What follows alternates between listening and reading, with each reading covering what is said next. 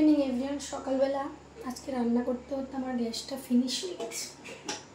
এখানে আবার এমন একটা সিস্টেম যে সকালবেলা থেকে দুপুরবেলার মধ্যে ছাড়া, মানে দুপুর 12টার মধ্যে ছাড়া, 12টা বা দুটোর পরে আর গ্যাস দেয় না। তবে তোমার গ্যাস শেষ হয়ে যাক আর যাই হোক, তুমি খেয়ে থাকো আর না খেয়ে থাকো। আমাদের ওখানে যেমন চেনা পরিচিত লোক গ্রামের দিকে রাত্রি 12টার সময় বললেও গ্যাস দিয়ে যাবে, কিন্তু এখানে দেয় না সিলিন্ডার ওরকমভাবে, 2টোর পরে আর দেয় না।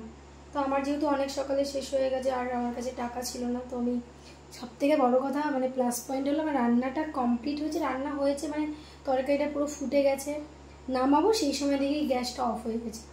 আর অনেকদিন ধরেই ভাবছিলাম শেষ হবে, টাইমও হয়ে এসেছিলো, তো ফাইনালি শেষ হয়ে গেছে। এখন রিউর জন্য আমি দুধ গরম করবো, তাই ভালো ইন্ডাকশানটা বসাই। সন্তু বুদ্ধি করে এটা কিনেছিল বলে। যাই হোক, চলো রিউকে দুধটা খাই না, অনেক লেট হয়ে গেছে ওকে আজকে পড়াতে পড়াতে গ্যাস করে করে। বন্ধ কর।